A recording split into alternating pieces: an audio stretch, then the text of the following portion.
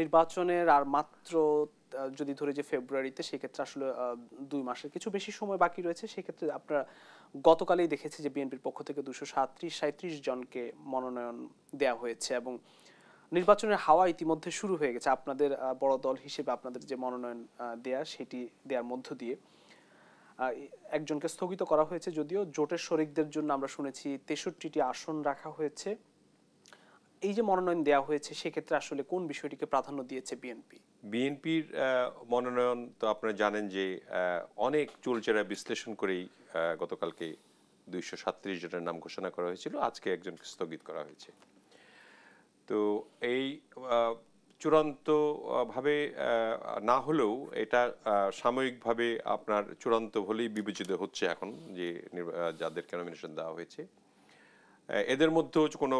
যদি আপনার প্রবলেম থাকে বা আমাদের চেঞ্জ করার প্রয়োজন হয়, সেটা চূড়ান্ত সময়ে, যে সময় আপনার তফসিল ঘোষণা হবে, তখন আমাদের মনোনয়নপত্র কিনে যেভাবে আপনার ফর্মাল ওয়েতে করা হয় যেগুলি আর কি, সেভাবে করার সময় হয়তো দু একজন চেঞ্জও হতে পারে। এখন আমাদের মনোনয়ন দেওয়ার আমাদের যে প্রক্রিয়াটি ছিল আর কি, 17 বছরে যারা এই দলের সঙ্গে যুক্ত ছিল এবং দলের সকল কার্যক্রমে তারা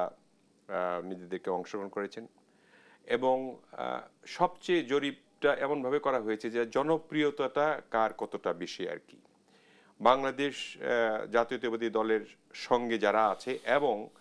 বাংলাদেশি হিসাবে গণতন্ত্র পুনঃপ্রতিষ্ঠা করতে চায় কোন কোন পাবলিক, কারা, মানে কাকে, এইরকম লোকদের সঙ্গে এইটা জরিপটা আলোচনা, মানে এরকম একটা জরিপ করা হয়েছে যে পপুলার ব্যক্তিটা কে কে আমাদের এখানে মনোনয়ন পেলে নির্বাচিত হবে, সেরকম ভাবেই এটা বিভিন্ন ধরনের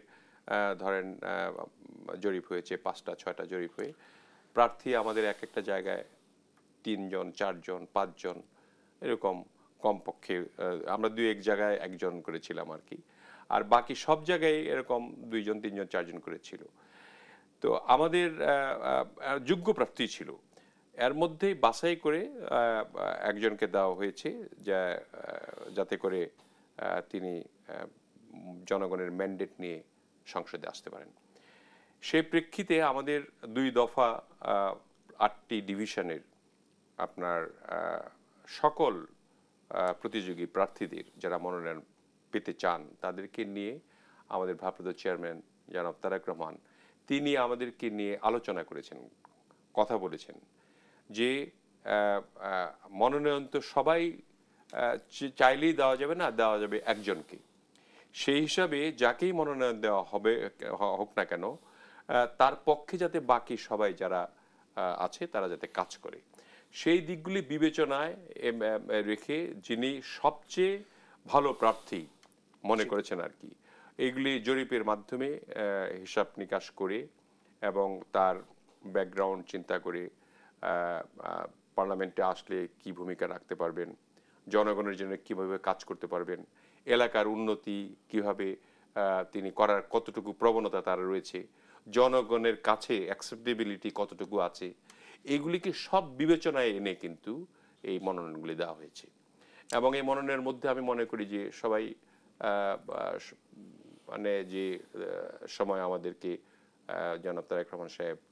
ডেকে 4টা করে ডিভিশন 2 দিনে শেষ করেছেন তিনি, তখন কিন্তু তিনি বলেছেন যে আমরা যারা এই 17 বছরে আমরা ঐক্যবদ্ধ ছিলাম, আমাদেরকে বিভক্ত করতে পারে নাই এই জালিম সরকার, পতিত সরকার, স্বৈরাচারী সরকার, শেখ হাসিনার সরকার, যারা আমাদের এত অত্যাচার করেছে, এত গুম খুন, আমাদেরকে